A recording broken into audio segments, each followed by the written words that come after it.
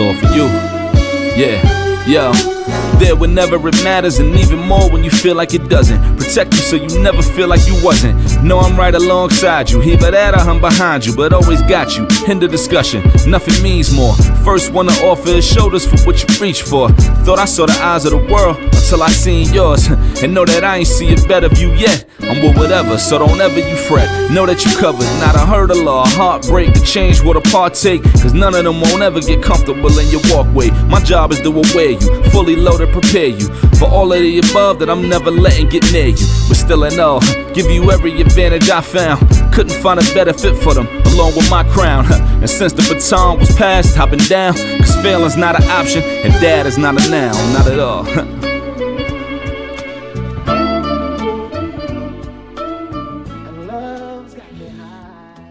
Hey, what's going on, everybody? This is Ishmael from Dad is Not a Noun. Dad is Not a Noun. It's a social media platform, also a YouTube podcast and a radio podcast dedicated to men of color and fatherhood. And I think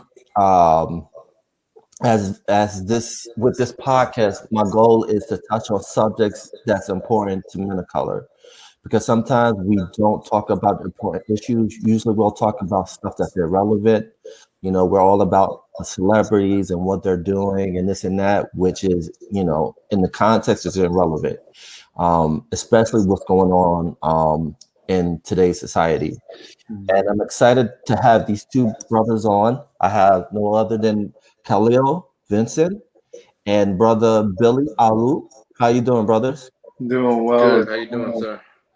Tell me a little bit about yourself a little bit before we get into the discussion. So my name is Khalil Vinson. I'm the director of TechFest. TechFest is a virtual experience for families, specifically targeting the African American community. We are trying to uplift youth and young adults with technology.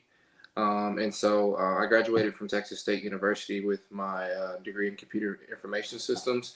And throughout my process and my college years and just going through life, I've really had a passion for tech, but it's just starting to really, I can see my hunger in it and where I want to take it starting to blossom. And so with going through college, I've put on a couple events here and there, and I have finally geared up to do TechFest, and so it's been a while. A lot of finding out what I want to do personally in my life and career, and then also putting the pieces together, and getting to the point that we're at now. So awesome. And my name is Bill Aayoola. KJ and I go way back. You guys know him as Khalil. I know him as KJ. So we were both in the Boys and Girls Club together and also attended the same church, First Metropolitan in Houston, Texas. And so we had gotten to know each other way back then and grew up in the same environments. And so when Khalil was working on TechFest, he wanted to bring on someone to help with the marketing of it. And I do a lot of branding related things. And so he had seen what I'd been doing on Instagram and everything and just reached out like, hey, bro, I wanted to talk to you about this event. And so we talked about it, and I was really amazed with what he was looking to do. And I wanted to help bring that idea to fruition and make sure that it was a reality and one that many people could participate in. So it's really nice to see it coming along and the impact that it can have on Black families, because in particular, we'll get into that later, I'm sure, but we've seen, like you've mentioned to me in private before, Ismail, like the constant evolution of the Black family. And currently, we see that there's an educational shift towards technology, and it's a very important goal of ours to make sure that kids of our color are not left behind, because we know that every time there's a revolution, America happens to prioritize white kids getting their education and getting theirs, getting the opportunities and the resources to make a successful future very, I won't say simple, but making it available. And we just wanted to make sure that we increase the amount of resources and opportunities going towards the Black community, so that way we can ensure that our kids have a good chance at a successful future too. And just because Khalil shouted out his university, I got to shout out mine, University of Houston, go Cougs. You know, we have a great business school, so you know I happened to attend there, and I was more a business major and did entrepreneurship. So kind of cool to see the two things merging together, technology and business, two things that we know the Black community is going to need moving forward. Definitely. And I'm truly honored to be in awe of Black excellence right here. Yes. I did my research. Tell me if I'm not wrong. If I'm wrong, please, there's going to be egg on my face. I did some research on you, Billy. Didn't you win the Salvation Army Award back in the day? Boy, you did do your research. Talk about We need the applause button. We gotta get the applause button on here. Yeah, I was. Yes, sir. Yes, sir. I appreciate it, guys. Yeah, so I represented the Boys and Girls Club of Northwest Houston, and then eventually of the Greater Houston area, which has about 8 locations, and represented them in the Youth of the Year competition, which is a scholarship program actually that the Boys and Girls Club puts on, and the whole goal is just to embody youth leadership. And so when I was a junior in high school, I went for that and I got 3rd place. And then I went again as a senior because they never tell you when you are to stop until you're 18 years old. So I went back at 17 and did it again, and I got 3rd place again. Wow. Which is super funny because what then happened was, I kid you not, the 1st place winner turned 18 like 2 weeks after. Wow. So he couldn't go on to represent the Greater Houston area in the regional competition or state competition. And so it moved to the 2nd person, and they found out that that person had fabricated part of their story. Yeah, it's super sad, but you won by default. Yes. So as 3rd place, but here's the crazy thing: as 3rd place, I then went on to the regional competition and won. So I'm like, I didn't win on my local level, but I could win regional in Texas. Like, that makes no sense. And so we kind of understood one thing that is kind of common in the Black community, and we have to be kind of careful of. It was kind of realized that the people that won 1st and 2nd place, I hate to say it, had more stories that people would be more empathetic to.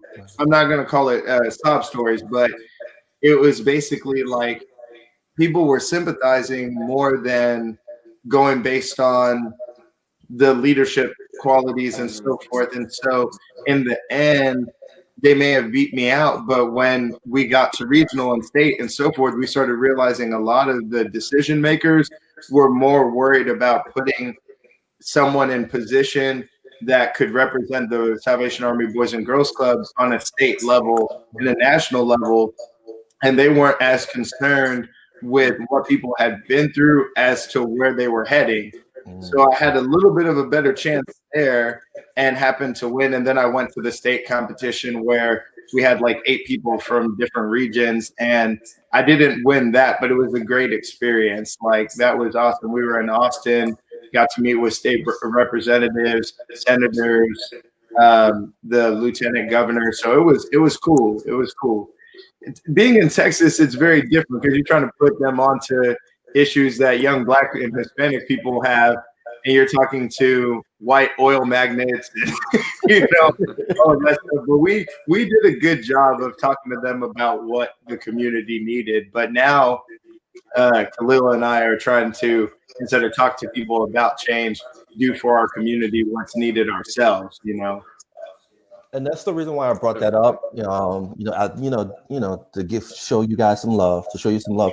But at that critical point of community, because like before we went on air, I talked about in our history, we've been through two reconstructions, Mhm.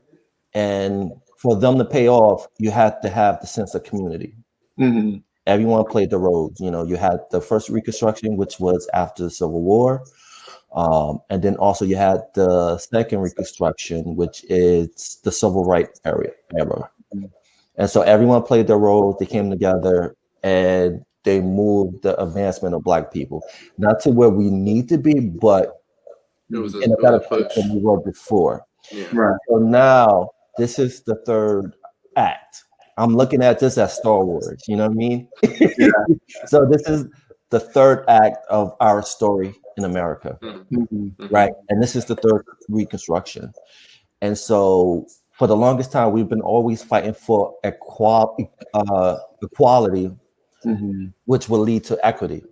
Mhm. But we haven't met that finish line of equity. Right. And so I think the third Reconstruction is about the equity part Mhm. element of it. And what you guys are doing with STEM, I think, plays a critical role because again, everything is technology based, as well as when you think of STEM, you think about mental well-being, health well-being. What that means is what you eat, the water you drink, the air that you consume. Mhm. And then also the other part of it is the the other part is the technology part of it. You know, we're all intertwined with the internet, you know, social media and things like that, which we don't have control of, and Sure. which is important. Mhm. So can you talk about what the STEM means and why it's important? I know I Um. kind of put Khalil, I too think, much at one time, but and Okay. Khalil, I think you're very well equipped to answer that because just your own background in STEM Yeah. and the For sure. possibilities and opportunities that are out there, you know so much of that. Yeah. So I think why STEM and tech is important, not only to, well, really, I'd say it's important to everybody. It's. I know we're focused on a youth and young adults thing, but to be honest, tech is important for everybody, old and young, because that's how we've been moving forward, and that's how we will continue to move forward.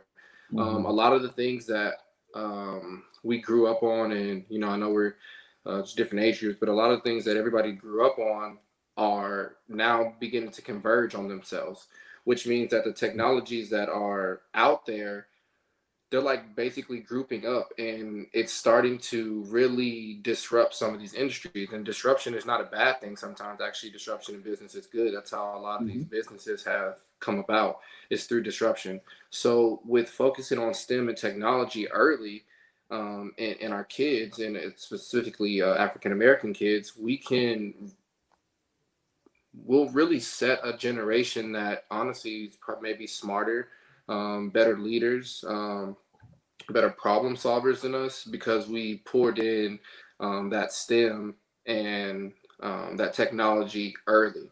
Um, at TechFest, what we really pride ourselves on is that we are making sure that we focus on um, the youth, and not how most tech webinars or conferences, they focus on the professionals already. So the people that maybe like myself are a couple years removed from college and they're looking to really start their careers, or people that are already in their careers and they just want some extra skill. If we kind of shift that focus and don't wait till somebody has already gone through pretty much life at that point when they're ready to start their career, to give them these skills, why won't we give them to the 5-year-old or the 11-year-old or the 13-year-old, or 21, whatever it may be? Why don't we give them these skills early and not necessarily use it to force them to get into a career, but look at it as maybe you teach somebody coding skills, they may be able to use that as their own business to go coding. That doesn't mean they have to specifically work for somebody. I think everybody's goal is not to have to work for somebody. So we're not promoting these skills so you have to say, okay, now let me look to see who wants to employ me, but you can employ yourself. um, Mhm. in every facet of how live your life is important. That's all up to you. I'm not saying that either this way or that, but what I am saying is that it's important to give people skills early so that they have the decision to do with them what they choose. Yeah. So that's what I think why STEM is important, especially at a time like this. Everybody's doing virtual learning. Everybody's working from home, from top to bottom. School teachers, CEOs, executives, you name it. Everybody is having to adapt to what was actually probably going to come about in the next 5 years. All this virtual learning, these the robotics and stuff, which is a little bit deeper, but for the most part, virtual learning, this stuff was already in the pipeline. It just happened that we've had a crisis that technology has had to speed up a little bit and provide us with some things that were in place. So that would be my kind of long answer about why STEM is important. No, I feel you, man. But that was great. But also, I think the critical role too, because like you were talking about how, you have young Black men and women that already know that, and they go to that company, and that company is looking at them as just a diversity hire. And what I love what you guys are doing is the emphasis is not diversity, the emphasis on inclusion, because I think inclusion plays a big role, which is lacking in those big companies.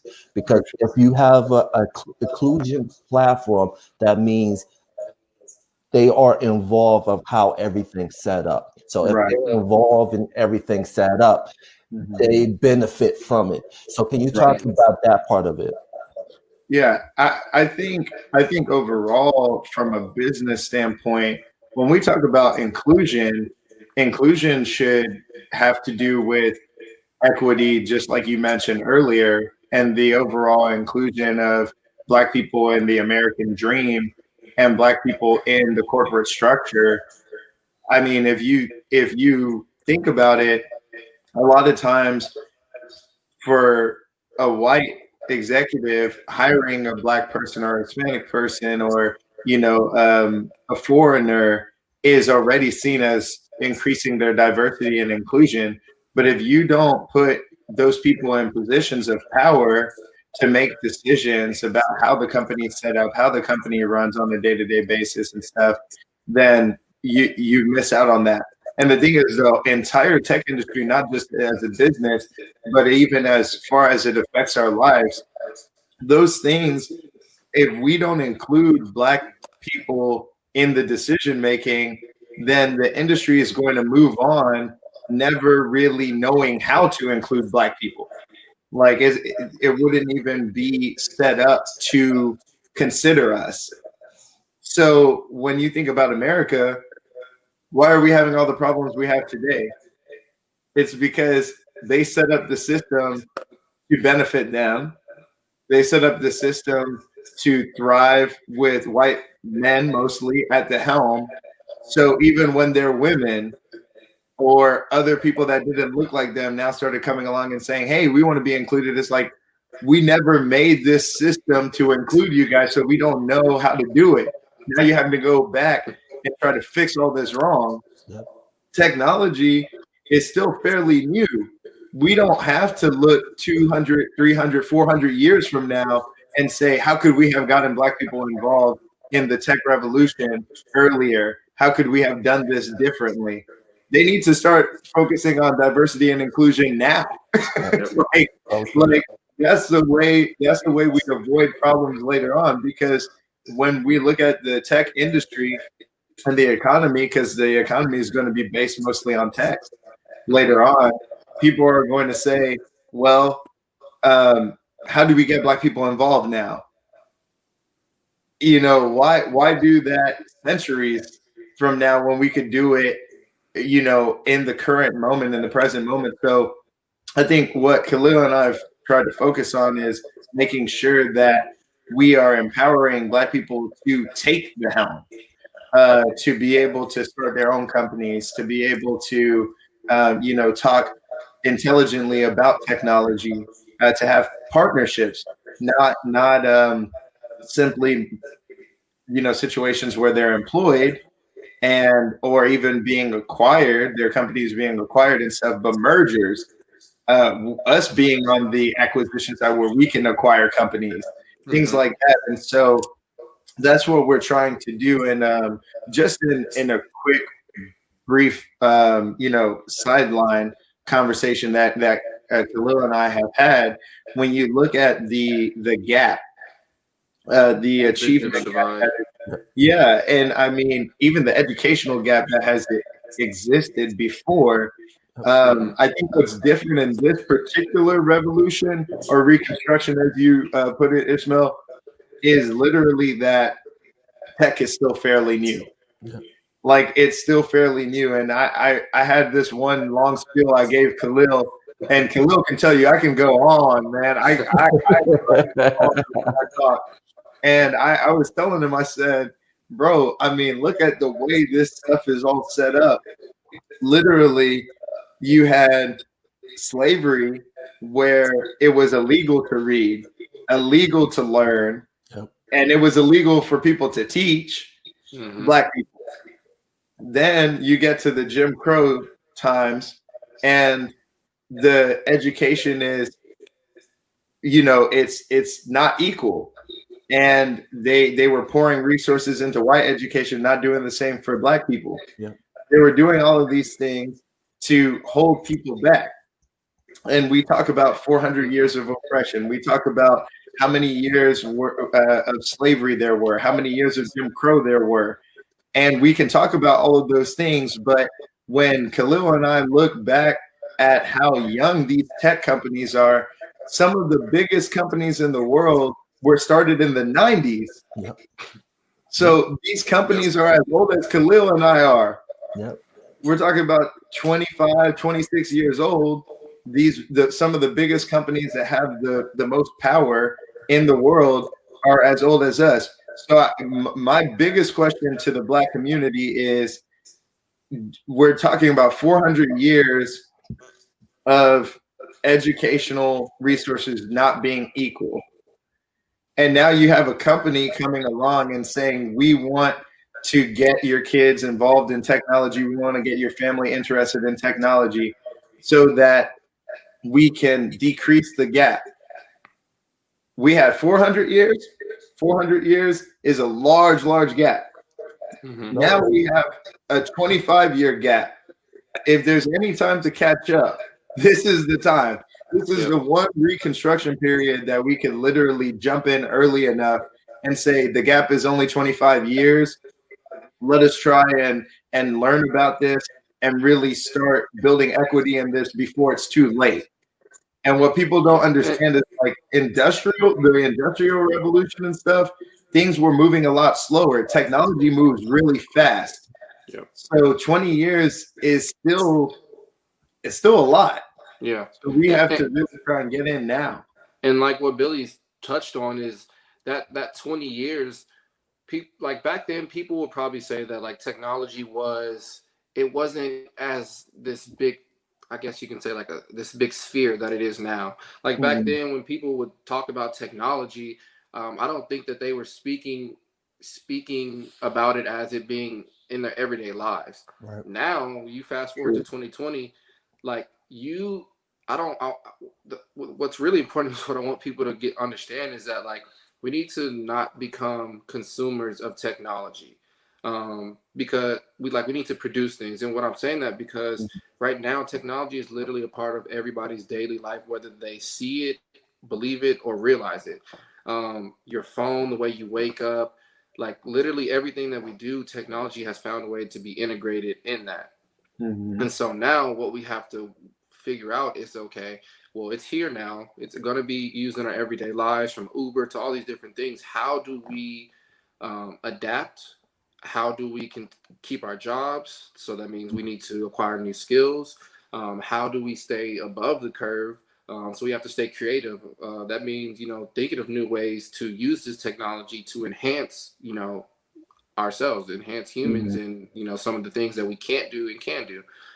So I really, that's another big thing I want people to get, is that like technology is literally everywhere, and it doesn't have to be this high level thinking that, a lot of people that aren't abreast and up to date on think that technology is just super high level, like, guy glasses locked in his room, computer, no, like we also want to take out that bias that tech is uncool and that Black people in tech are nerds. Like, first of all, Black people are more than capable of being smart Yep. and intelligent and creative and all those adjectives to describe us that sometimes we may not want to get because it may give us a bad image, or people may be like, he's in the tech, he's a nerd or whatever. Like, no, like there's plenty of Black cool kids that are in tech, and it's really not a nerd thing. It's more of like a progression thing. Like, I think if you're in tech, you're maybe 5 years ahead of people because you're thinking forward. You're worried about, are we going to have flying cars in 2023? Like, and so you're up to date on stuff. But yeah, that's what I really also wanted people to get out of it, is that tech is in your everyday life. So why not start now with trying to learn about it, get used to it, get accustomed to it.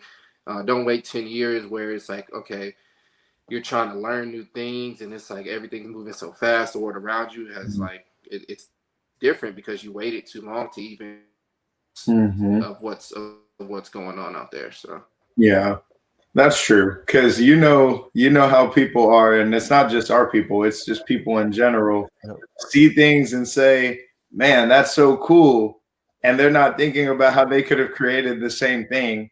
They're just enjoying whatever it is. So yeah, I definitely feel Khalil's always been on point with that, in saying that we need to be more than consumers, because we'll just take it and run with it and not even realize like we're being left out of the creation process.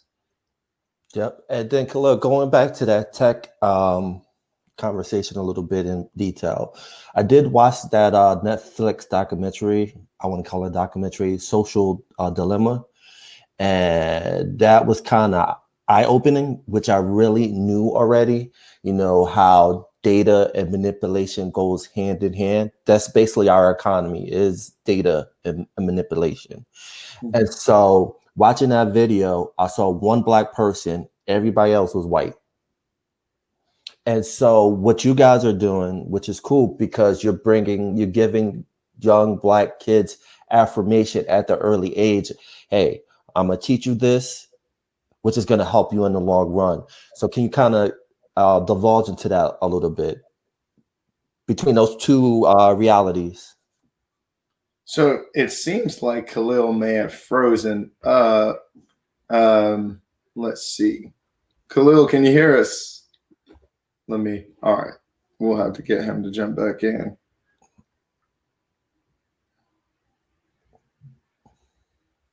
But yeah, when he jumps in, do you want to kind of get into it a little bit? Or yes, yeah, for sure. So like you were talking about the now I haven't seen Social Dilemma personally, but you were saying it's about data and how everything's been data driven, right? Right. And then the manipulation of it, because if you look at it, the way companies set it up nowadays is that, especially on Facebook, when you get those those ringers that kind of force you to look at your phone. So that data and manipulation is basically our economy. Right. It's all as they, and I've seen the trailer. And they talk about the fact that it's all intentional. Right. Like they've set this up. It's a system. So yeah, I know exactly what you're talking about. And the thing is, like, if you're not aware of how technology works, you'll always be a slave to the system, more than just a consumer. Like, you'll be a slave to the system, because the truth of the matter is that, like, they know so much about us, and they're using those things about us, both about how we work psychologically, how we work tribally, how we work in general. Like, they know all of these things, and they're using it to their advantage to profit.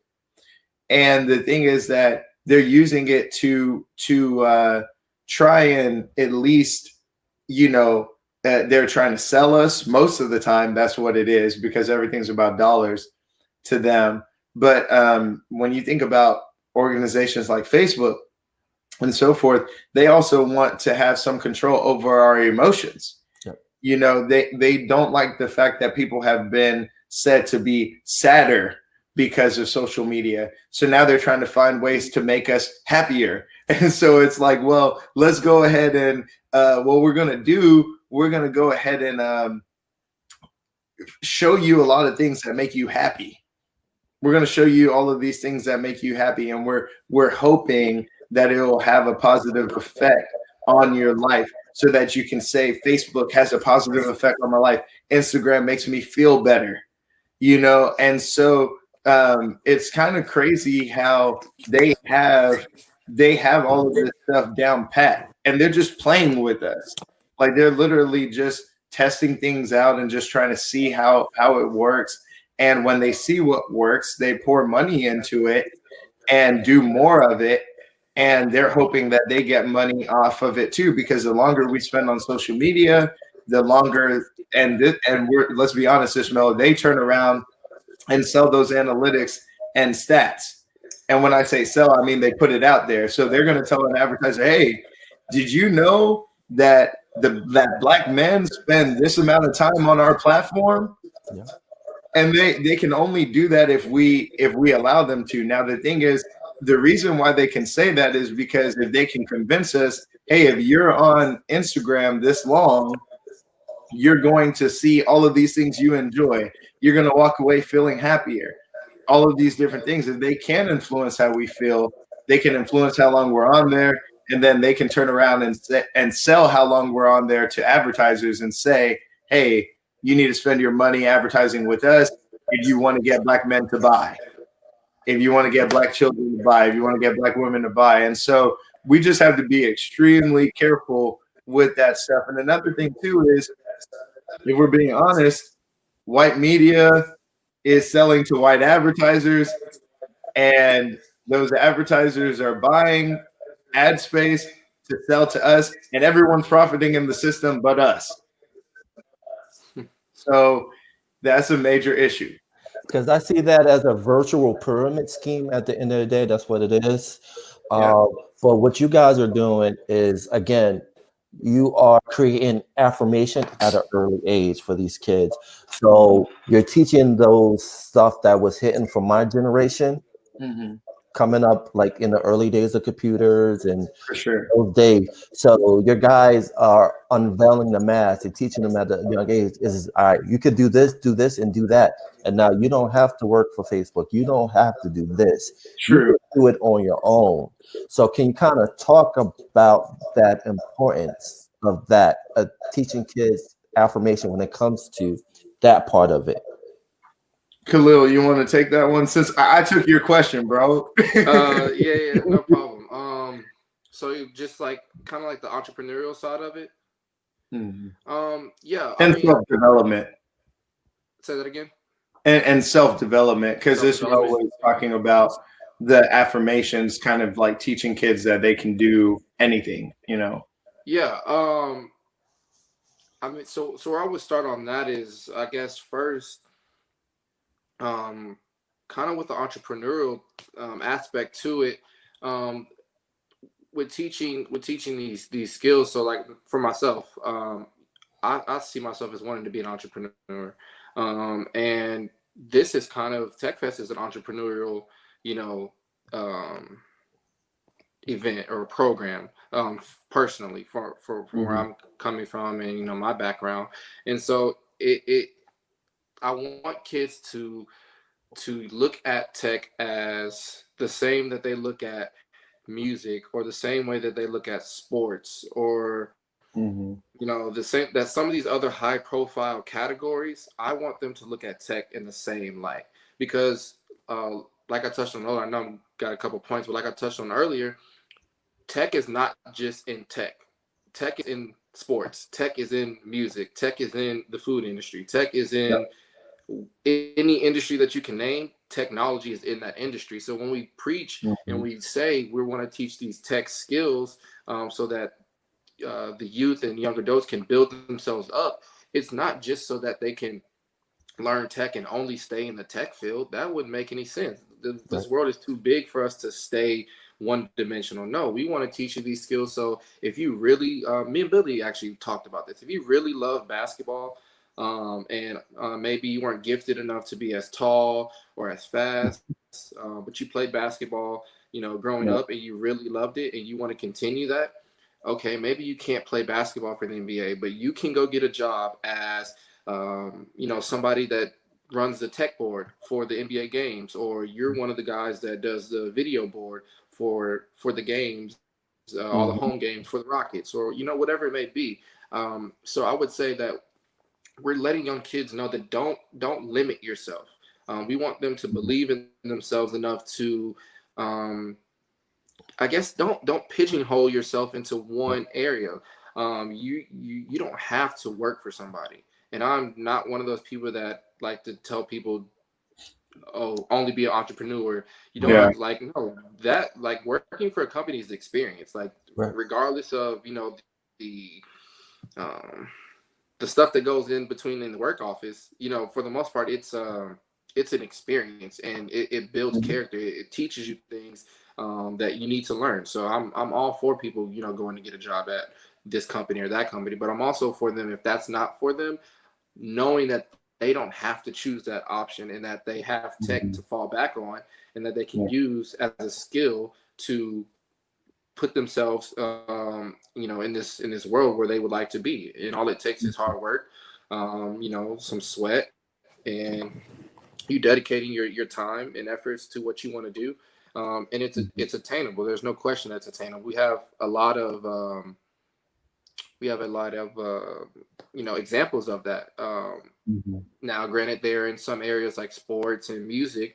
Nonetheless, they're still great. It's still Black excellence, but we want to try to get some of those examples in tech, and there are. And I'm not, trust me, there's so many tech geniuses and Black tech leaders that may go under the radar because we're not even looking to that.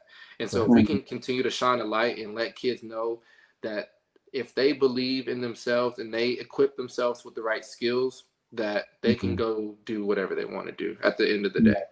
And that's the most important thing. That's the energy that Tech Fest feeds off of, and that's what we want to create, and that's what we want to see happen. Is that we teach, we provide a tech platform that's fun, educational, and it's entertaining. And kids are able to look within themselves, see what they like, see what they don't like, and use us as a sounding board to launch their careers and become leaders in this community. And elevate their careers too, because I think great point that Khalil made is that we're just trying to equip people with the technical skills to basically take things to the next level.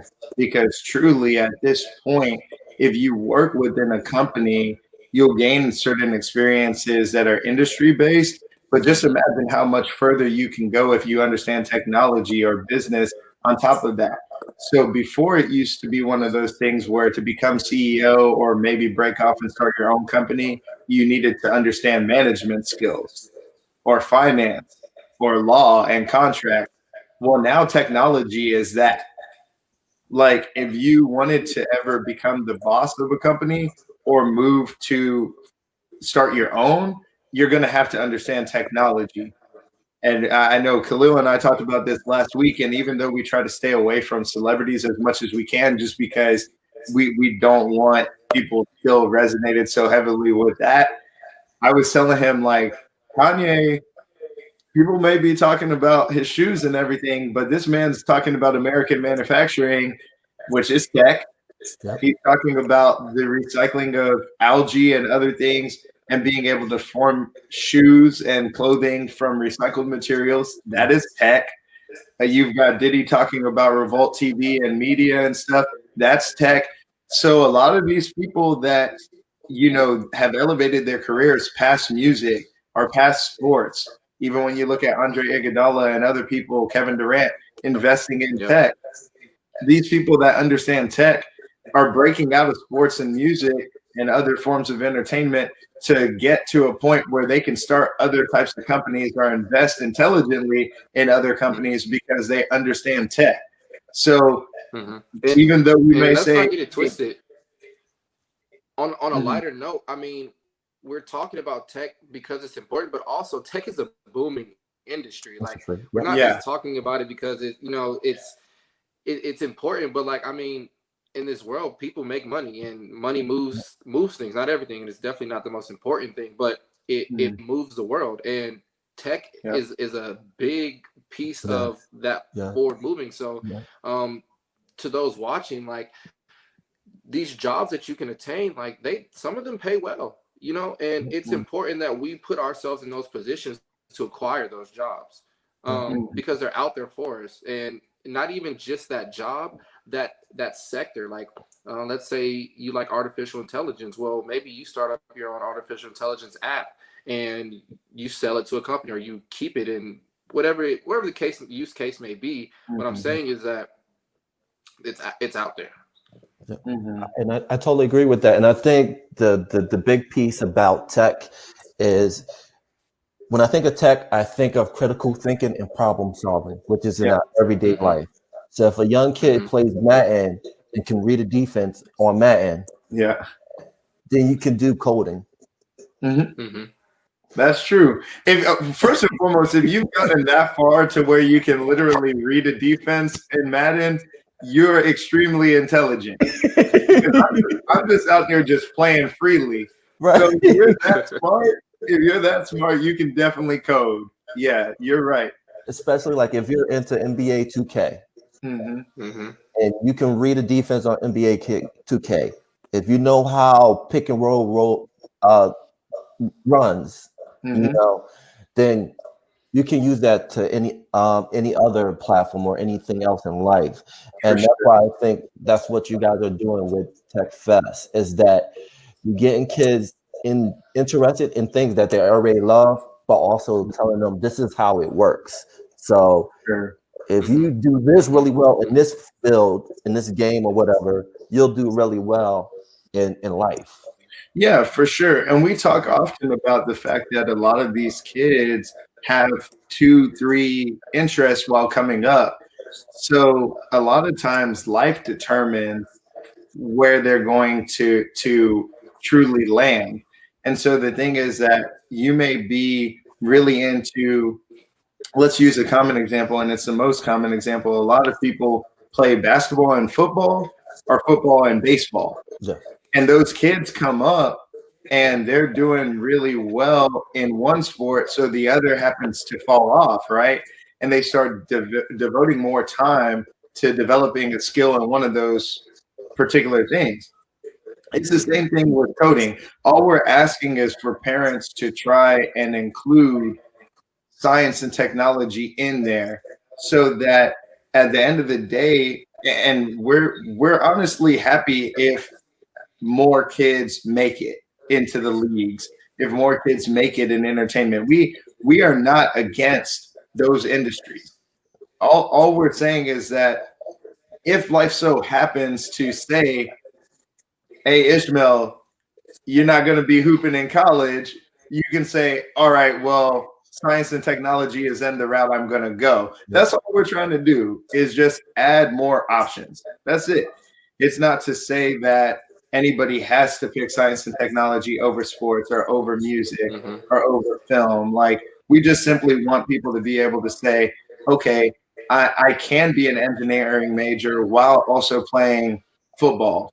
Like, the fact that if you have both of those things, one of them eventually is going to be where you land career-wise. And what we don't want to see is people saying, well, I played basketball, then I blew my ACL. I was doing this and then it didn't work out. And they had a chance at a free education that could have seen them literally making 6 figures coming out, whether they made it in the league or not. And instead they majored in something else because they never took time to understand science and technology. We're just trying to make sure that's not the case for people. And then also, can you talk about, I love how you guys have the ambassadors. You have like young up and coming Black youth ambassadors. Can you talk about that a little bit? Khalil, you mind if I take that one? I was gonna say, go ahead, Billy. So Ishmael, that actually was formed truly out of necessity, brother. Wow. Like, first and foremost, like, Khalil and I both love children and making sure that Black children are getting the most out of their personal development experiences. If we didn't, TechFest wouldn't be focusing on that demographic to begin with. But the thing is that when we were out there, we were seeing that we would never find images of Black families working on tech stuff. We would never find content related to Black youth working on robotics and coding. You know, if you searched kids technology, you were going to get an image of a white kid or an Indian kid. And sadly, as a marketing director, I couldn't find anything. Wow. But in the corners of social media, there were parents posting their kids doing these things. And I was saying, so I know it's out there, but why can't I find any stock images or videos of these kids doing this? And it's because, I hate to say it, but the companies don't believe that they can sell to Black families. Yeah. So they were ignoring us. And so I had to go to the few pages that were promoting Black kids doing these things, along with other kids of other races, and reach out personally to the parents who were the original content creators and say, hey, Hustle Mom 73. Hey, Black Queen 713. Hey, could you talk to me about your son's experience, your daughter's experience with science and technology? And as I talked with them, I started to understand that there are a lot of Black kids getting involved in these things, not just as hobbies, but really starting to understand them to the point where I know these kids have future careers in those areas. And I said, would you mind sending me some of that content so that I can show that Black kids are truly doing this? And it's not staged. It is truly happening out there. At a young age, at a very young age. Yes, at a young age, because I went out there thinking I was going to find 11, 13, 16-year-old kids. Ishmael, we were finding 5-year-olds that were already into robotics, man. Wow. And that's when I was just like, I'm so impressed by what you kids are doing. I would like to actually bring you on to act as ambassadors, because you're not just ambassadors of TechFest, you're ambassadors of Black excellence, you're ambassadors of technology and the future. So it was more than just being ambassadors to TechFest. It was really what they represented overall, which is that Black kids are just as much the future as any other race of kids. And so that's what really led to us bringing them on, with a problem and a solution that really just struck me one Saturday morning when I was seeing all of these Black kids do these things and thinking, if I could just meet y'all, I would have a better understanding of what helps parents get interested, what helps kids stay interested, and we can then use that knowledge to our advantage in getting more kids signed up for TechFest, and also show parents that this is a really hot industry that you need to get your kids focused on a little bit more. And so the youth ambassador program has really been cool. Right now, we only have one actual child that his parents have fully embraced it. Wow. But a lot of that is just because of social media privacy. A lot of parents may not receive messages from people they don't follow, right, or they choose not to read anything that's considered an email request or DM request. So that's the only reason. But it's very interesting how quickly parents have actually seen kids doing this and said, wait a second, I want to get my kid involved. And once they are involved, I would love for them to be an ambassador of a program like this. And I think I have a second one for you. I actually interviewed him 2 months ago. Nice. He's an 8-year-old kid. His name is Junior, and he built a computer from scratch. Wow. That is dope, man. So That's what I'll do is after the show, I'll send you the link. Okay. I'll set up a DM between me and the parent, and perfect. hopefully he'll be the second ambassador, because I think we need more young youth to be the face of what you guys are doing. Because I think Exactly. that's Yeah. a way that you can pull kids on what you're doing. If they see kids like themselves build a computer from scratch Yeah. and such a Exactly.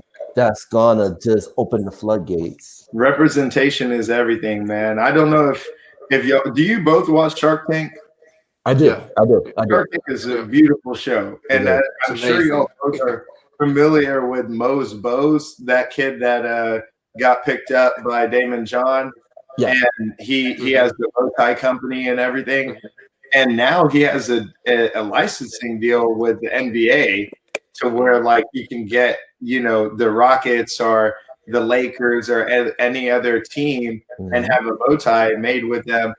After that company got picked up on Shark Tank, a lot of black parents who had kids who like drawing, like designing clothes, like fashion, Mhm. were like, why can't we start our own company? Like, Yep. and then you started having girls do scrunchies and Mhm. all sorts of different things. And you've had the same thing happen with food. Kids have realized it's not just about a lemonade stand anymore. It's about an actual lemonade company. Company, yeah. Like, and they're doing their own, brewing their own teas and doing all of these things, and it's really cool to see. So all we literally need is more kids being Mhm. picked up for technology, Mhm. or seeing kids that look like them doing these things, and I think it would really pick up fast No, with definitely. without us even having to do much. No, Definitely. no. I think it's the same kind of concept that we saw with the gaming industry. A lot of kids play games. I know when I was growing up, me and my friends, we stayed up countless hours playing games. I have some friends Yep. that love video games. Like that's what they do. Um, and it wasn't until recently that we've seen that once kids saw that, oh, there's kids winning money for playing video games, oh, there's Yep. kids getting recognition for Yep. playing video games. Now there's whole EA sports leagues, now there's whole Mhm. gaming communities. Yep. Now we have things like Twitch, we have things. So the storyline in that is that once a couple kids get into it and starts to become a social media kind of overload, and starts Mhm. getting into the media outlets, and people are like, okay, kids are in tech, which it has been doing it. Not saying we're the Mhm. first, but once that happens, then people start opening their doors. So then EA Sports was like, okay, let's create a gaming league. So Yep. these companies start to look deeper into how they can, of course, benefit, but also how they can help the community, or use what they're doing to, further push the tech narrative. So Right. I'm hoping that we see that same kind of deal happen with TechFest. I hope that as we continue to grow, with having the opportunity to be on a platform like yours, that we're on right now, and expressing what we're doing, and just that personal aspect to it, and letting people know like, hey, this is Khalil and Billy, this is TechFest, this is what's going on, and giving it to them, and then as more people join in, then hopefully it just builds on itself, and people just start to realize the importance of tech, and get down with the movement of just pushing tech to black families, and really enjoying it as well. Sometimes it's not all about just trying to get a kid to just, hey, you need to learn this, learn this, learn this. Yeah, Yep. like Mhm. life is going to do that already. Right. Your parents are going to do that already. So we understand that, like, some of these kids, they don't always want to be having to learn necessarily through a certain medium. Like, you can teach a Mhm. kid without necessarily teaching them. You know what I'm saying? So Right. if I give you a pair of VR goggles, or if I teach you about augmented reality, I can teach you with a tangible object, and I don't have Right. to make you, put your face in a book and say this is augmented reality. You don't just have to read the definition. Like, no, I can. There's different ways to teach kids, and people learn different ways. And I think Mhm. our platform, as we continue to grow, And as we get this first annual event, off the ground and go into the second and third, I know for a fact we will be able to provide tech resources and information and things like that at a very high level to these youth and young adults. And by then it will already be fun. And their families as well in there as well. For sure. And I feel like I look at this using another sports analogy. I see this as a farm system. Because you see in a farm system, every team has a development league. Yeah. And I see you guys as a development league of young youth. And this is going to be like a pipeline. Because if you go back to your history, you remember SNCC, right? The organization SNCC. SNCC was a pipeline for the next future politicians, judges, and lawyers, which I think is needed today. More important. And I think that's what your guys doing. I see this as a tech SNCC version of SNCC 2020. Yeah. But it's digital age. I definitely see that comparison. Yeah, me too. I think that's super important because at this point, if you look at there are Black tech entrepreneurs out there who want to increase the amount of Black people in their company. But we have to have the technical skills. So the thing is, if we can educate and build the interest, and then the kids go on to continue building their skill set, eventually they get to a point where they build their experience and then build businesses, then help build communities. That's exactly it. It's one step at a time, but someone has to be at the bottom building them educationally. So that's what we've decided to take on, and it's actually the hardest goal.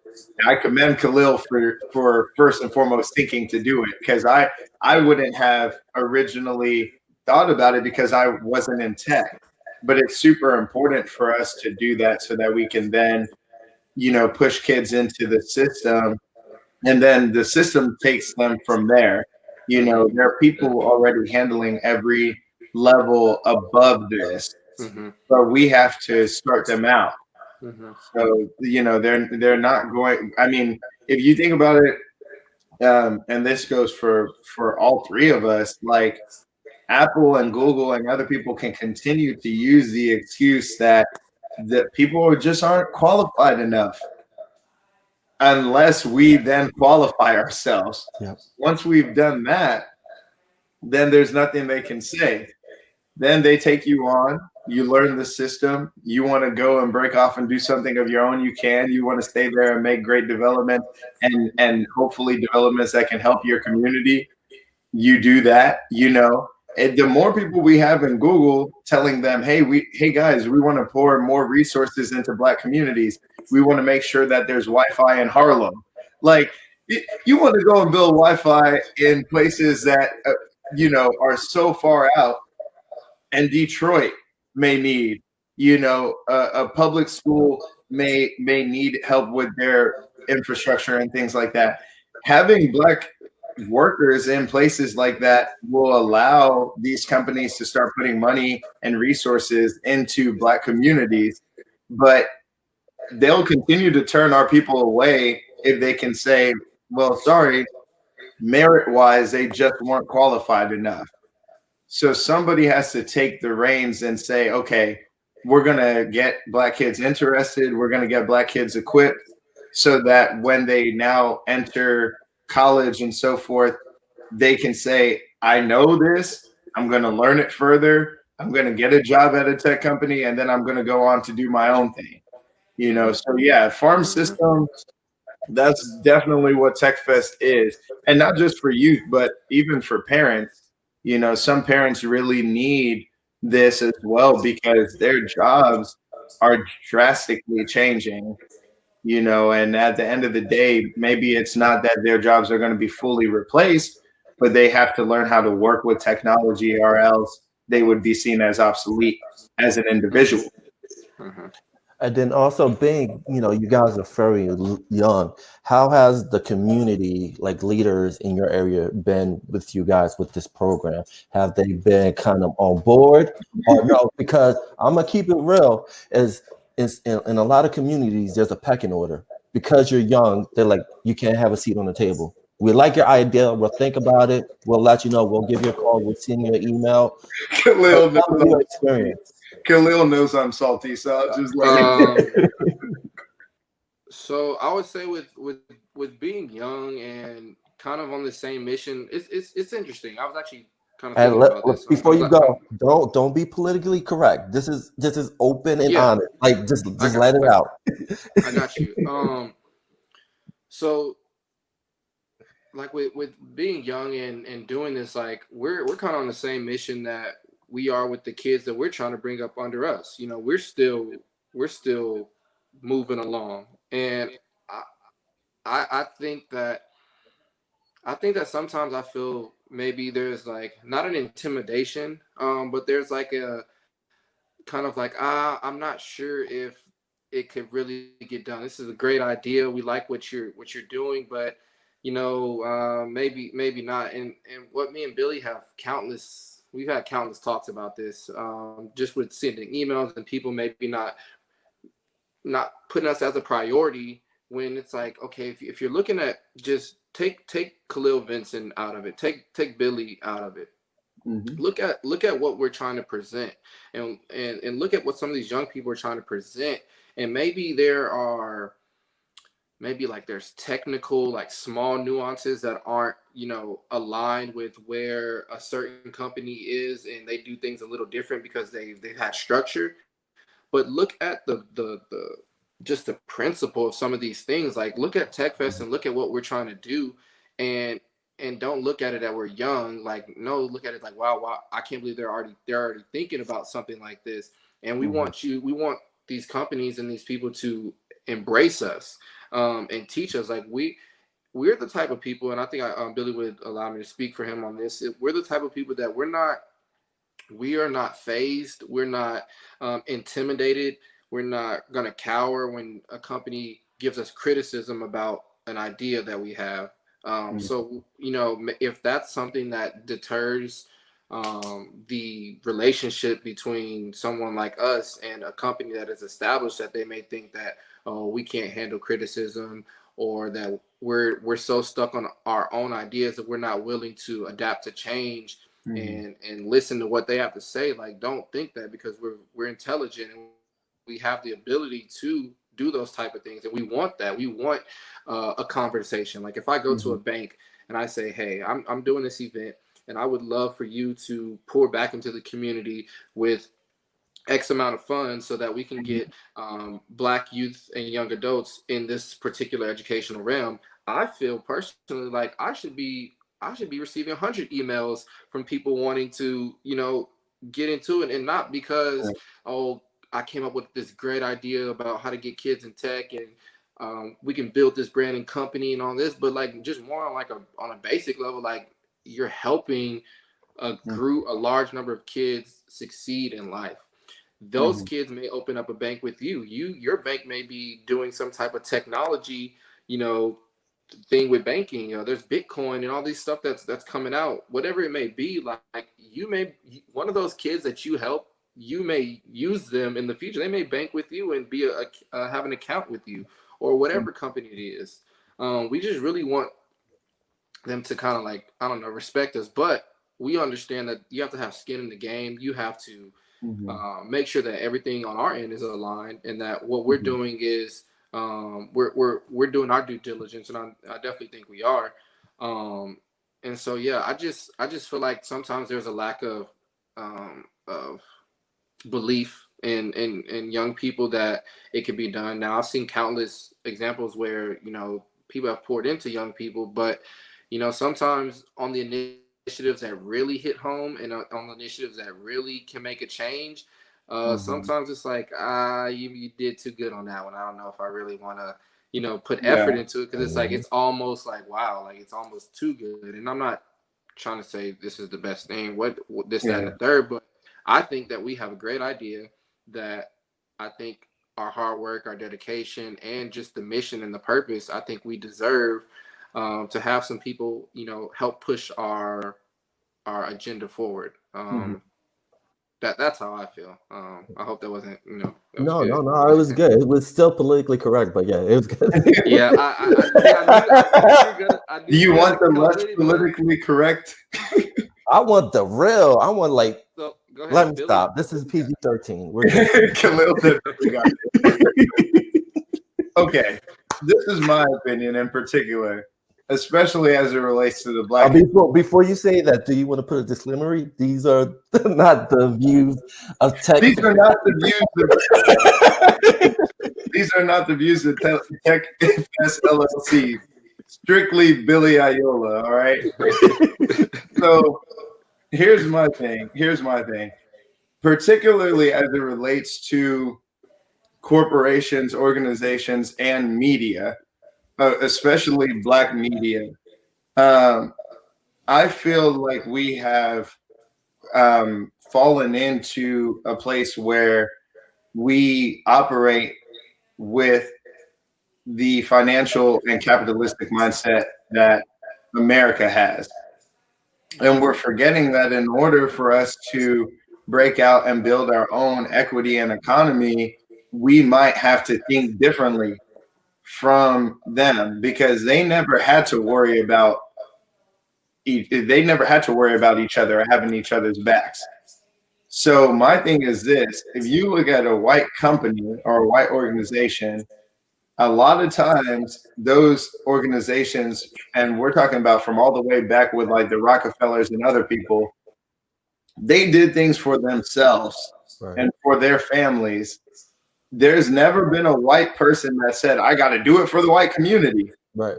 They don't have to, because the system was already set in place for them. Right. There are some things that we as black people have to do for each other that white people would have never done for each other, because for them it was always about the numbers and about benefiting their companies, benefiting their family. So when I reach out to a black media page, and this is one reason why I really admire you, Ishmael, because you quickly embraced us and said, I see what you guys are doing, I like it, and I want to bring you on for an interview. I swear to God. First person that asked us for an interview also. Yeah. First person. You know what everybody else has asked for? What? Money. That's it. Nobody has ever responded to an email, text, DM, or anything else with anything other than a quote. Wow. And the fact of the matter is, when I reach out to people, I'm not asking them to advertise us as a business. Right. I'm literally asking them to advertise what we're doing. Right. And I think it's very easy. I understand where they're coming from. I think it's very easy for them to see what we're doing and say, well, you guys are a profiting business. Not only are you a for-profit, but if I drive people to your page and they like what they see and they're compelled to buy a $20 ticket to TechFest, you profited. So therefore, this is advertising. You need to break us off a piece. Right. I understand where they're coming from, but I still feel like even if you just wanted to simply say, 2 black men start tech education company or event to put black people onto technology, and that's all you wanted to say, we're fine with that. Right. But so quickly people just look at it as a business, and it's like, not only that, because you reached out to us, now you need to pay, because obviously you need something. You're desperate for advertising. Right. You want marketing help. Right. So you need to pay. And I think that's very wrong, because they share black development news all the time. As far as if the story has been pushed, first black person to do this, first black person to do that, black kid starts this company. Yep. If it's already gained traction in the black community, they're very quick to repost it, just like every other black media page. Yes, that's so true. They repost it so quickly without asking a single question. Nope. Because they see that news is something that the black community resonates with and wants to hear about. Yeah. But because no one has proven that they want to hear about Black tech, Right. because no one has shown that they're interested in Tech Fest, it's like, well, for now, you guys are just a business and you need to pay up. Right. And I don't think that's right. I think there have to be trailblazers who do things a little bit differently and say, hey, you guys are doing something good. I'm simply going to advertise it because it's a good thing. And at the end of the day, we hope that this news catches on with other people and that they advertise you willingly. So that way, this can get as much traction as is needed so that more Black kids benefit. Everything KJ and I do has been for the benefit of Black youth. Right. Like, yes, at the end of the day, and people have to start looking at it this way, at the end of the day, yes, we are not a nonprofit. The only reason why is because Tech Fest itself is also a tech company. It is supposed to build products and services later on. And therefore, it is an LLC. But at the end of the day, this is the most transparent LLC you're ever going to see. So at the end of the day, we operate like a nonprofit, even though it's a for-profit tech company. And we're trying to put Black people onto technology, trying to hire Black people, trying to put out technology for Black people, help social media companies made for Black people. We're trying to do all of these things. And it's like, no, you guys can't make money. And the truth of the matter, and Ishmael, I'm sure you would say the same, running a Black media outlet, we have to get over the fact that people are going to make a living benefiting the Black community, doing things for the Black community. If we don't, we will never run our own foundations. We will never run our own organizations, our companies, because at the end of the day, every single time a Black person doing something good for the Black community benefits, the Black community tries to crucify them. And at the end of the day, I feel like the media doesn't know it, but they're kind of pouring into that narrative, because the very second that someone sees paid partnership, it's like, oh, this is the company that's trying to benefit. And how dare y'all say you're helping Black kids? You're helping yourselves. Right. But if Billy, I think I was just going to say, if they take on the mission by themselves to do it out of the kindness of their hearts and show that we're working together because we're doing something out of the kindness of our hearts, I think it's much less likely that the Black community will look at us as piranhas. Right. And we don't want that benefit part is that don't look at it as if, okay, these brothers are benefiting off of the Black community by deciding to put a program in place to uplift kids in tech. Think about it as these two brothers have put a program in place to uplift kids in tech and give you an opportunity to learn a skill so that you can yourself increase your value. Increase your value and earn your honest living, because now you have an added skill that we've helped you provide. We're actually not providing you, like giving you ourself Tech Fest, giving you the actual class and saying, hey, this is a Tech Fest class on JavaScript. Like that's not our goal. Our goal is to put things and resources in place to help for you to get there. You know what I'm saying? So we're kind of like we're a tech company, but we're an incubator. We're trying to bring in the young creative talent and bring in the untapped potential that these companies aren't focused on. And what we want to do is turn that untapped potential into future leaders, into tech scholars, and just turn it into Black excellence. All the underprivileged communities, all the kids that get looked over, that don't have the resources, that may not even have a computer. I mean, there's kids here in the Houston area that, with school going into virtual learning, they may not have a computer at home to even get an education. So there's I mean, we as Black men, we know that there's so many different problems, and actually these problems a lot of times intertwine. So we could be talking about one thing and then we like, oh well, there's another problem that actually connects. So we understand that, and we could go on for days about how all these problems in our community are intertwined, and how do we break free. But just to keep it simple, I think this is one of those ways that we are able to do that, is through the power of technology. And I like I said, I wouldn't see it as like a benefiting thing that we are, a for-profit company and LLC. I would say that we are trying to empower others.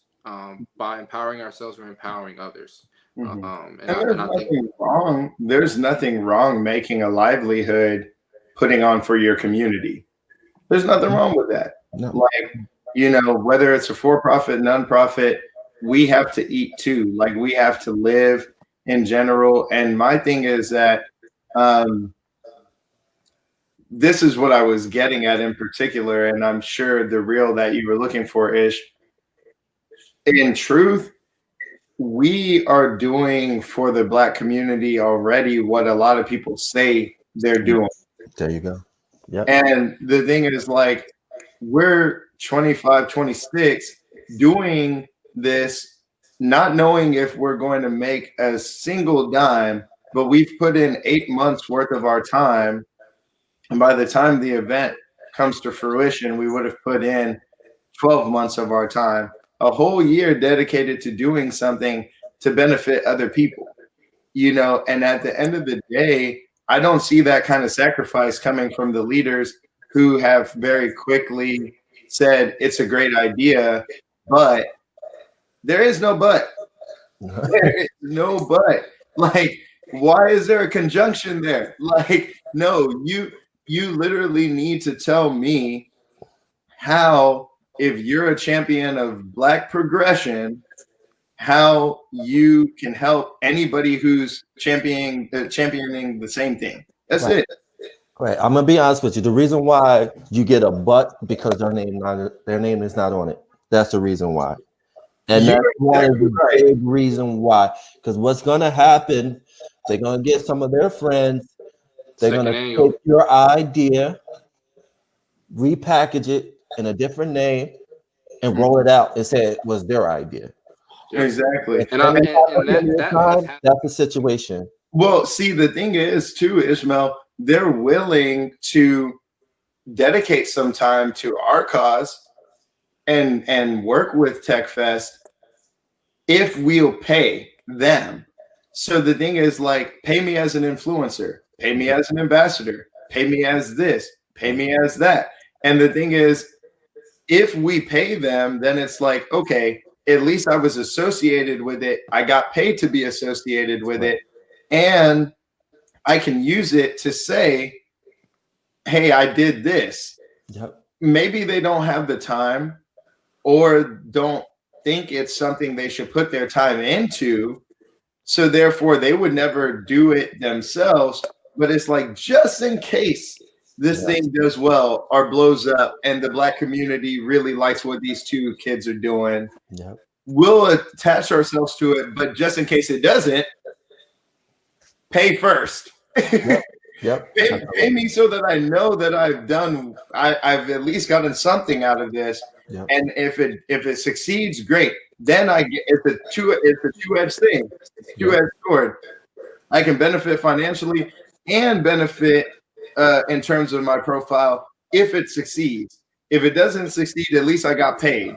Move on. And that's how a lot of Black influencers and Black celebrities do things, but it makes it to where we'll never have true progression, because you have to pull people up with you. Like, if you've already made it, it's important to say, I believe in what you guys are doing. And if all it's going to take is one repost, don't worry about paying me for it. Don't worry about doing this. I'll post you to my story. I'll do this. I'll do that. I'll interview you. You can interview me. Whatever is going to help bring some notoriety to your cause, I'll do it. So that way you guys do well. And we see you putting in the work. I didn't have to do anything but introduce you to my thousands of followers. You see what I'm saying? Like, that's the issue, is that these people have built a following and therefore they feel that's their economic value. So it's like, I have to be paid for my value. I did the work.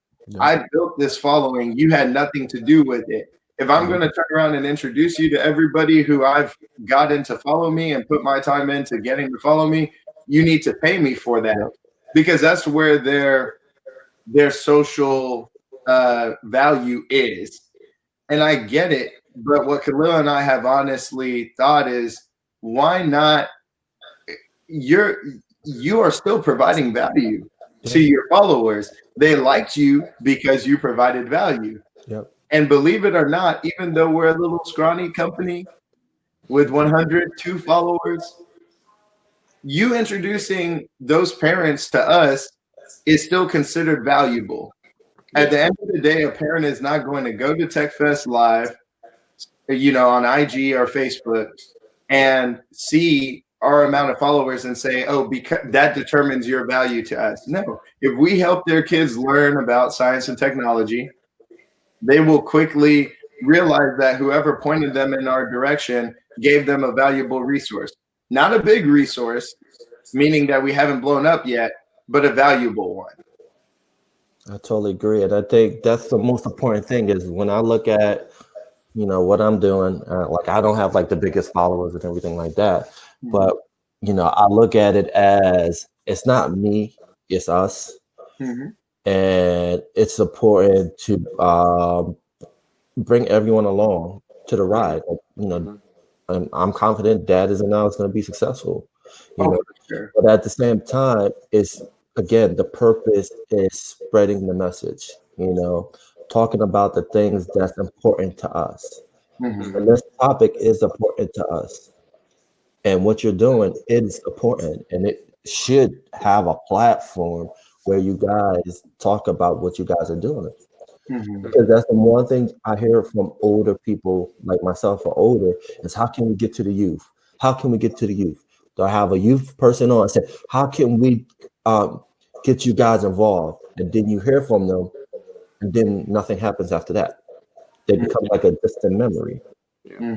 Is that the youth or the older people? The older, like the older people, they'll go to the youth and say, how can we get you guys involved? What can we do? What we can do? And then you hear from the youth, like you guys, they're like, yeah, we understand you. Yes. We know. And then the elders disappear. And they disappear. And unfortunately, it's a common theme. Yeah. I don't know if they're scared of the answer, if the answer is too like demanding, or even if it's just too like maybe the idea is a little too, they can't really wrap their head around the idea. I'm not really sure exactly what that may be, but I think people that are in the older generations before us, I think that I would hope that they would see what we're doing and look to us as their outlet to kind of get that message along that they want to kind of get out. I think we are. I don't know. I just think that we're doing something great. I don't know other than how to say that. Honestly, I really do think that like what we have in place to move along is really good, and the direction that we're looking to go as a company for TechFest, becoming a staple tech event here in the Houston area, eventually moving to other cities in Texas, and then eventually moving to other countries and other states in the U.S. I think that there's a big opportunity to really resonate with a lot of people, and we would hope that old and young see what we're doing and kind of get along with us, get on board. But I feel like as we come to the end, I feel like in this third reconstruction, I feel in my heart, honestly, guys like yourself and your age should be leading the movement. Our generation had our time. It's your time. It's your time to make that difference that we built, we were a part of. We made it a little better. Now it's for you guys. We passed the baton to you guys, and you guys finished the race. I think we're. Oh, sorry. You can go ahead. Oh, I was gonna say, I think we're at that part where you're handing off the baton and still running. Yeah, we need y'all's help. Yeah. I would agree, and I was gonna say that. Sometimes I guess millennials. I'm not sure exactly when the cutoff is, like whatever. But me and Billy are both millennials, and I really think that our generation, we have an important role. And I say this because I look back at my childhood, and when I was growing up, like we were outside, we were playing basketball, we were running around, we were playing football in the street, whatever it was. We were outside, and we kind of grew up a little different than the kids that are actually younger than us. I'm not sure, I guess Gen Z or X or Gen X. Whatever. They grew up a little different. They actually grew up fully engaged in technology. Whereas me and Billy's generation, we're very special because we grew up with no technology, but we also are the kids that really kind of started that tech wave. We grew up on the Razor. We grew up on the Sidekick. The internet had already, came about, but was coming up, and we came up with that. We came up with Instagram and Facebook and Twitter. Like we are those kids that have went from playing outside to technology. And as we continue to move, our group, I think, is one of the most important groups to move things forward, however that may be, because we understand both sides. We understand the quiet life, no tech, just real human interaction. We still, even though we're all on Instagram now, I think if you took a poll and asked most of us, do you remember playing outside and that feeling, we could describe that feeling like it was yesterday. And I think that if as we continue to hold on to that belief and that feel of how we felt growing up, and we take that belief and then we merge it with technology and the new, and that's how we grow. I'm not calling out the younger kids, but they didn't grow up the exact same way that we did. They all they really know is technology, which is good because a lot of them are a little smarter than us. They, because of however that transition is, being young and technology, like whatever that science is, like it is working for them. Like I'm not going to say it's not working. They're able to process some things a little faster, and I just think that we, as a whole, as youth, we really have a great opportunity in a lot of different spaces to take what the older generation has done for us, and the foundation that they have laid, continue to lay foundation and lay even more foundation, expand wider. They've built a perfect and a great path for us. Now, for our community, let's expand that path and let's continue to push it forward. And I think that should be everybody's goal, as right now, honestly, in their life, is just to push everything forward, whether it be tech, whether it be in health, whether it be in your community, like whatever it is, we should just all be trying to go forward and move forward and just adapt to, what life brings and throws at us. Billy?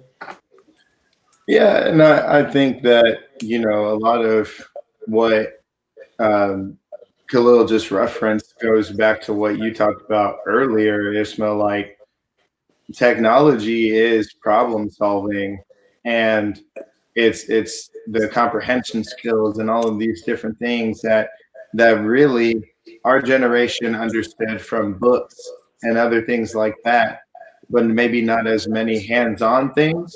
And technology is so hands-on that the current generation has had to get a grip of learning through processing and building things, and literally designing things, creating, innovating, fixing problems. Like, that is literally what they have gotten. I mean,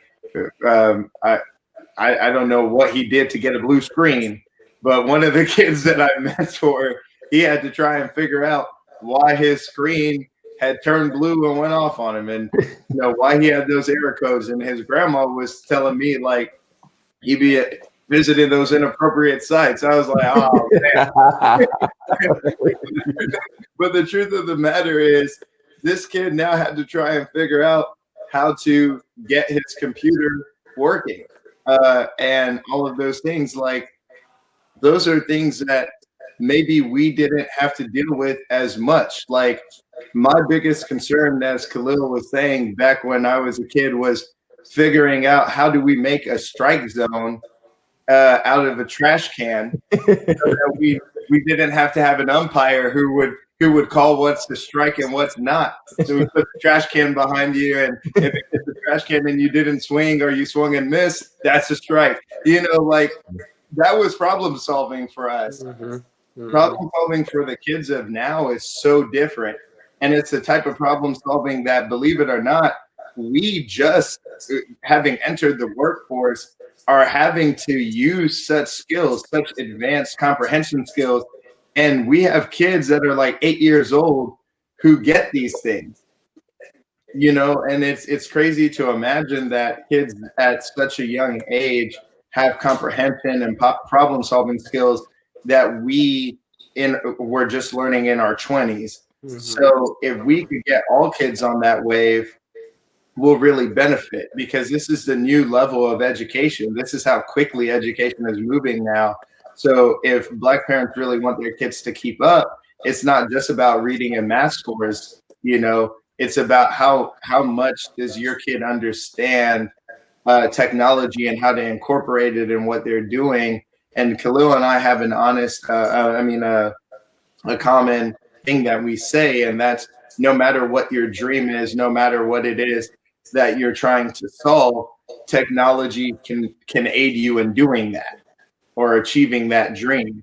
And so the thing is just to try and get more people to understand technology and utilize it, so that no matter what it is that they want to do, they can do it, And so that's what we're all about. And, along the way, we're going to change a lot of narratives, which is the reason I'm sure a lot of people wonder, how is it that a tech educational event is, their directors are on a parenthood podcast to begin with?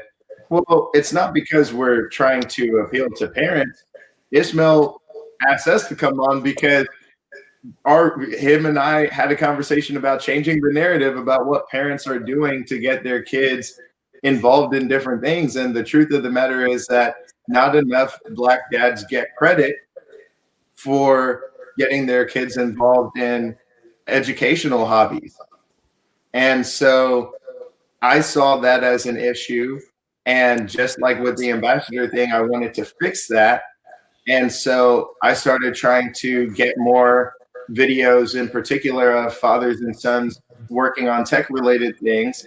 And you and I had a great conversation. And from there it was like, well, let's talk about that. Like, why is it that Black dads are seen as only pushing basketball and football and other sports, when in truth they're pushing so much more than that? And so I think when you look at anything educational, because it has so much to do with parenthood and families and human interaction, we're going to, whether we intend to or not, change a lot of narratives about the Black community and Black families by putting on an event like this. And just to give you an idea, Ismail, and it's on the record, so I mean, it's not anything that's like proprietary information.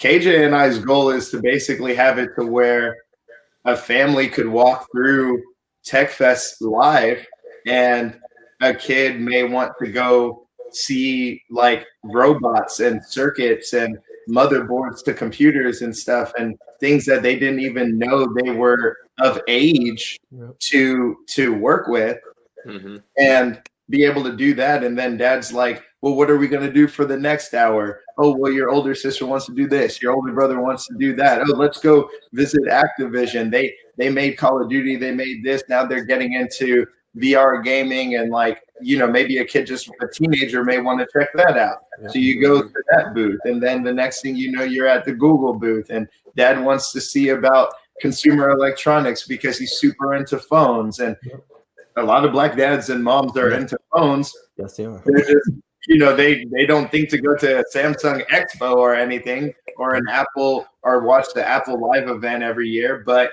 they're into the phone. Well, come check out those things in an environment where people that look just like you are, and maybe the women want to find out about the women in tech section and a lot of things. Surprisingly, I'll tell you a funny thing that I saw. A lot of women technology deals with things like, of course, their feminine health, and so like there's a bra that has a cooling feature and can read women's temperature, so that women that are of menopausal age and over can literally be cooled down. Something like that isn't seen as tech to most people, but it is tech. Like that is tech, it's literally women's wearables. So maybe women want to go check that kind of thing out. And it's usually minority women who find problems like this because they know the issues that women are having, and they say, well, what's the best way to solve this? And then they go and they figure it out using what? Technology. So there's so many different things that if a family walks through our event, we want them to see. And, at the end of the day, that's something cool that if you bring your 5-year-old, they can learn just as much as the 50-year-old dad, And so we understand the importance of technology moving forward. We just want to make sure that the community picks up what we've seen. Yep. Definitely, man. And definitely in this conversation, it's been a full-blown like the motherboard is going to explode with too much information in this conversation we have. And I definitely enjoyed this conversation. And I think we can go on for days, but for sure. I feel like at the end of the day, I think the biggest part from this dialogue that we've had is that I think the biggest tech question is, how do we fit this ecosystem that we're trying to fit as a Black community? You guys have a piece and you're fitting into this ecosystem. How do we bring it all together? So I think that's the biggest challenge of all, is how do we bring this together? Unity. And definitely we talk about unity, but at the same time are we willing to sacrifice to do it? And unfortunately, we live in our community that we're so used to sacrificing. It's get to a point where people just tired of sacrificing, and so it gets to a point in this discussion is we have to ask that question to ourselves: what are we willing to sacrifice for the ultimate goal? And the ultimate goal is unity and building that ecosystem. Mm-hmm. And I would say just real quick that there is a bigger problem than the problem that we are trying to help solve out there, that exists in America and around the world that we are fighting for. Actually, before this fight, and that's the equality and the racial injustice fight, and how for so long Black people have been treated unfairly, given terrible living conditions. Education is not up to par with others. The list goes on, and we all know what those issues are. So our fight is important, but there's also, unfortunately, it's crazy that we even have to have these two fights going on simultaneously. Like, we're trying to push for education and technology in our kids, but we're also trying to fight for them not to get shot while driving because they're Black. So for the Black community, unfortunately for us, we have things that not any other community has to go through, and that's just been our story from the beginning. We've always been given the most difficult tasks. We've always have the most roadblocks in our way, but the best thing about us is that we're resilient and we always find a way. So honestly, all these roadblocks that continue to be put up in our face, at this point, how you kind of talked about, we're almost unfazed with the roadblocks. So it's like, okay, well, I'm gonna start on this race, and I know there are going to be 40 things that are set in place to trip me up. And we kind of go through life with that already in the back of our heads. And we really shouldn't have to, like, we shouldn't, like, why do we have to live like that? But, you know, that's, like you said, we can go on for days about all that. But it's like there's a bigger fight than just the education technology fight.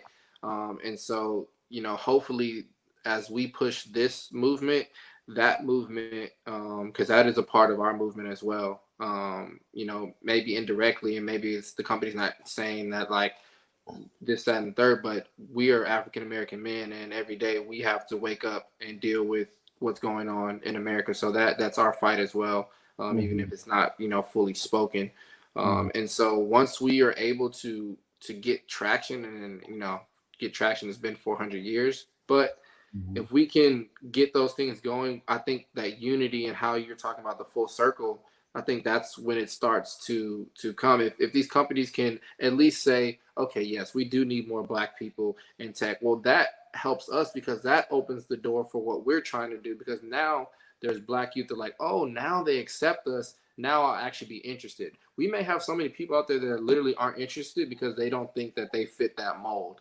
And so it's so much stereotypes and systematic stuff that are set up that we have to break down.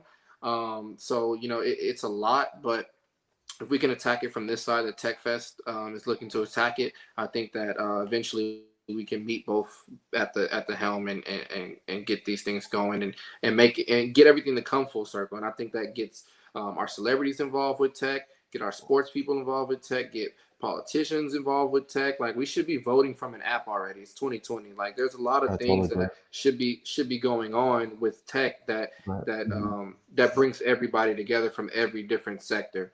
Last point, my iPad is on 3%. If I cut off, you know, it was great that you invited us, Ishmael. I really do appreciate it on behalf of myself and TechFest, and Billy as well. We really do appreciate you letting us, you know, just talk about our vision, talk about, as young African American males, what we're trying to do in the community. So we really do appreciate that. And thank you, man. Thank you. No, I want to thank you, brothers, for taking the time to talk to me and opening up your vision, because sometimes people are willing to share their vision. They want to keep it under wraps until it blows up, and then they want to talk about it. Yeah. So, you know, you guys are in the early phases, and I appreciate it. And then also, I think we can learn from the past. You know, we did do it. You know, if you go back to Black Wall Street, it was done. So now it's time for a virtual Black Wall Street. And so now you guys have a plan. They can't burn that down, even though they can try. You're right. They burned it down, but the spirit is in us, and it's what we do with it. And so, Billy, I'm gonna let you close off. What do you got to say to the people, and then also talk about Tech Fest coming up, the date, the time, and the link and everything. So, but you know, with first and foremost, Khalil being the visionary, a lot of times you're gonna see me embrace first and foremost that vision, and piggybacking off of what he just said, you know, the future involving tech. If we want the future to involve Black people got to get involved with tech. It's that simple. Like Khalil just said it, we should be voting off of an app, right? And so when you look at it, if Black people can get involved with tech enough to speak to the parties that want us to vote, you know what party I'm talking about, and we literally were to say, hey, why aren't people voting through apps yet, and things like that, and understanding cybersecurity, understanding you know, how to keep people out from interfering in things like elections and so forth, because they're going to have those questions. The reason why we're not voting through apps is because people don't fully understand that or have that locked down yet. But the thing is that if we have more people that are saying, hey, look, when we vote on ballots, when we vote through mail-in, our votes are undercounted, we're underrepresented, and things like that, then we solve those. We're going to need to find ways to solve those problems. So the thing is, I just want people to understand, like, we can solve a lot of problems using tech.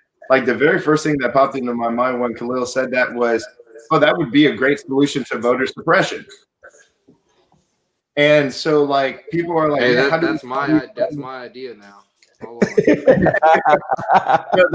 but that's how people think. Man, this is the problem for the Black community. This is the problem for the Black community, and people are underestimating how much we could solve with technology.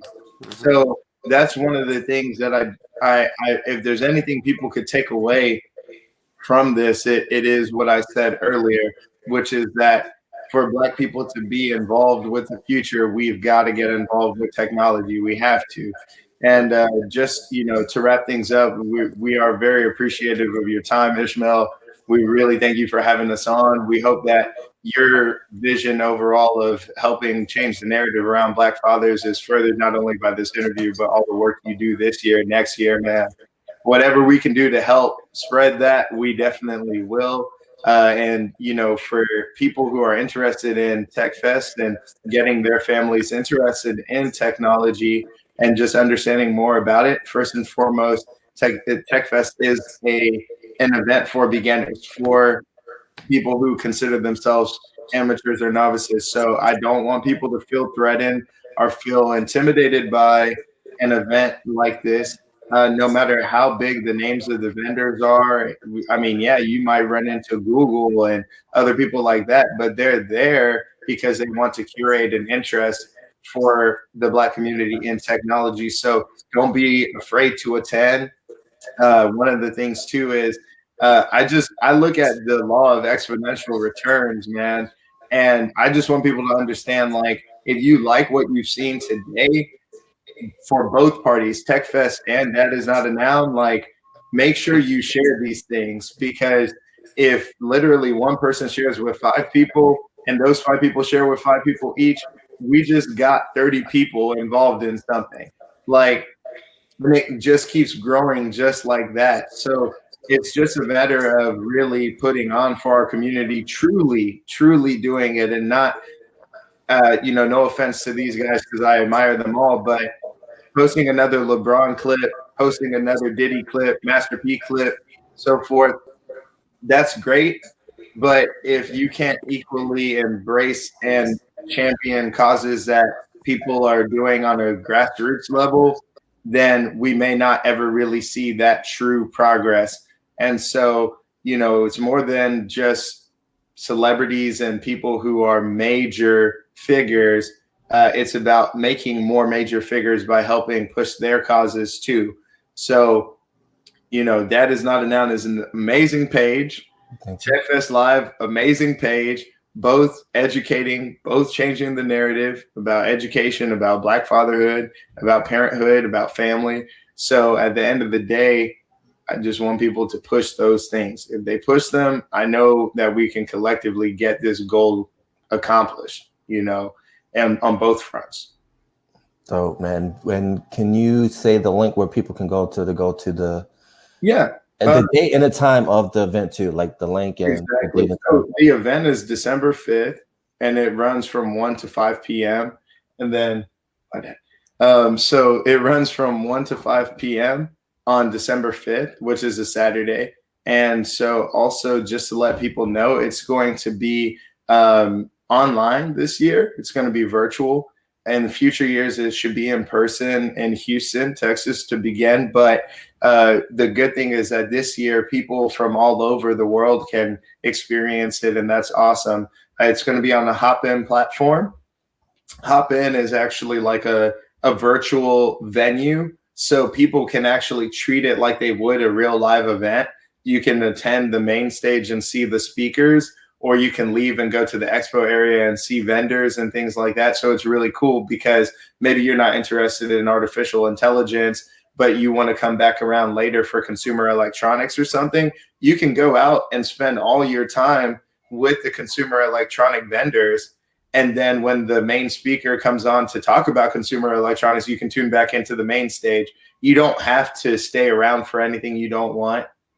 Can come in late, can leave temporarily, can come back later. You can leave as early as you want, show up as early as you want, start talking with people that are already there. So it's really cool. And so this virtual event should be really, really fun for people. And while it may take away some of the soft touch things that matter, we are excited for the fact that we're still bringing the same quality education. The value is still the same. So people should come tune in, and you can find, first and foremost, on IG, you can find us at TechFest Live, and we post different news about the event and also just some cool tech news as well, and also imagery that allows you to see and allows your children to see the Black community working on tech related things. And then lastly, if you want to purchase your ticket today, you would be able to go through our Instagram bio and just go through the link on there. And it takes you straight to Hopin, where you can buy the ticket. But our full website will be up soon so that you can see more information. I understand people are very, very particular about seeing the speakers, seeing what we're talking about and things like that. So we want them to be able to see that and not just feel like they were pushed to a ticket link.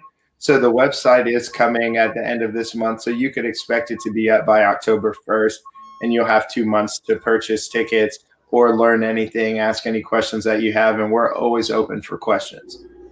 Awesome, man. Appreciate your time, brother. Thank you again. We got to do this again. Yes. We're going on almost 2 hours, man. I know. And I saw that look in the background. Yeah. No. No, I've been playing with you. Man. But again, I appreciate it. I appreciate your time, man. I can't wait. I can't wait to the event. I'm going to definitely get my ticket. And whoever watched this video, definitely get your ticket, because this is something that is important and it's visionary, and this is what we need right now in the COVID world. For sure, man. For sure. Thank you so much, man. And also connect us with Junior. We'd love to meet him too. As soon as we get off of here, brother, I'm going to do that as soon as possible. Thank you, man. Take care, Well.